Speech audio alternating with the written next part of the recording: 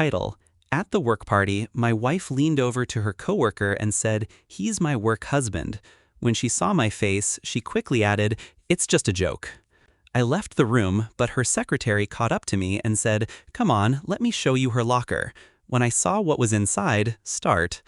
I didn't laugh when she said it. The room was buzzing with forced cheer, cheap wine, fake smiles, corporate music humming through rented speakers.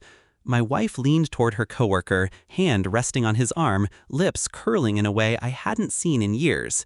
"He's my work husband," she whispered. Everyone chuckled. I didn't. She saw my face, stiff and cold. Quickly, she added, "It's just a joke." But the damage was done. A joke reveals more truth than silence ever could. I left the room, pretending I needed air. That's when her secretary, young, nervous, loyal for reasons I'd learn later, caught up to me. "Come on," she said, "let me show you her locker." Inside was a shrine. Photos, notes, perfume bottles, little gifts. Not from me, from him, her work husband. One card read, "For late nights only you and I know about." My chest burned, but my face remained stone. Fury had no use without patience. I closed the locker quietly, thanked the secretary, and walked away. She thought I'd explode that night. She was wrong. We had history, my wife and I. Years of late-night talks, shared debts, whispered dreams when life was young and uncluttered. We built a home, a life. I believed we were a fortress. Now I saw we were a stage, and I had been the fool. The ride home that night was silent. She talked about the party, about promotions, about someone's dress. I nodded, eyes on the road. In that silence, something inside me shifted. Pain gave way to clarity. I wouldn't scream. I wouldn't plead. I would dismantle her, piece by piece, in the same calm way she dismantled us. The next week, I prepared. First, finances. I moved our savings into accounts she didn't know existed. The house, too, refinanced under my name, tied with paperwork she never bothered to read. Second, evidence. I collected everything from that locker: photographs, cards, receipts. Quietly copied her work messages from our shared computer. Even got footage, thanks to the secretary, who clearly despised her boss more than she admired her. Third, timing. Revenge is nothing without theater. It had to be public, undeniable, irreversible. The opportunity came faster than I expected. Her company's monthly meeting, where lockers were opened freely, where gossip spread like wildfire.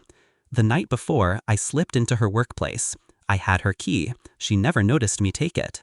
I emptied her locker of all incriminating treasures.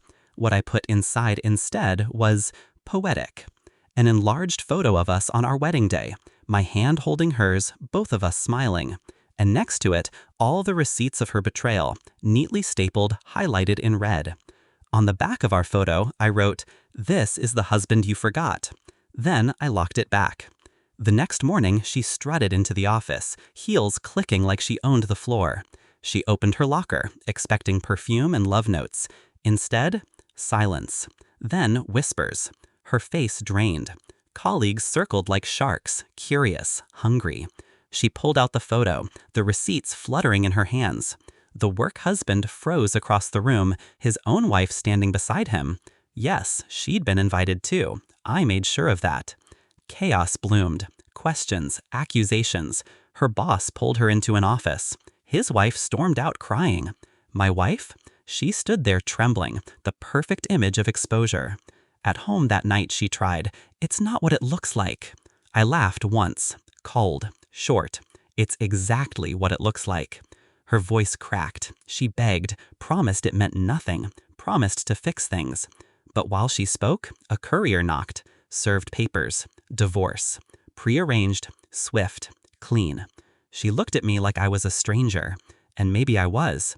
The man she thought was predictable, pliable, blind, wasn't. The fallout was swift. Her reputation? Shattered. Her work husband? Demoted, divorced, discarded. The secretary? Promoted, I heard. Good for her. Me? I walked away with the house, the money, the dignity. I gave her nothing but silence. Silence is the loudest revenge. Sometimes, late at night, I replay it. The look on her face when she opened that locker, the way her fingers trembled over evidence she couldn't deny. That moment was mine, my closure, my justice. I don't hate her anymore. Hatred requires energy. She has no claim on mine. What I feel now is clarity. She thought betrayal made her powerful, but in the end, betrayal only handed me the weapon I needed.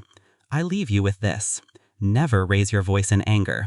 Never waste your pain in chaos. Betrayal is a knife. Hold it steady, twist it when it counts, and walk away smiling.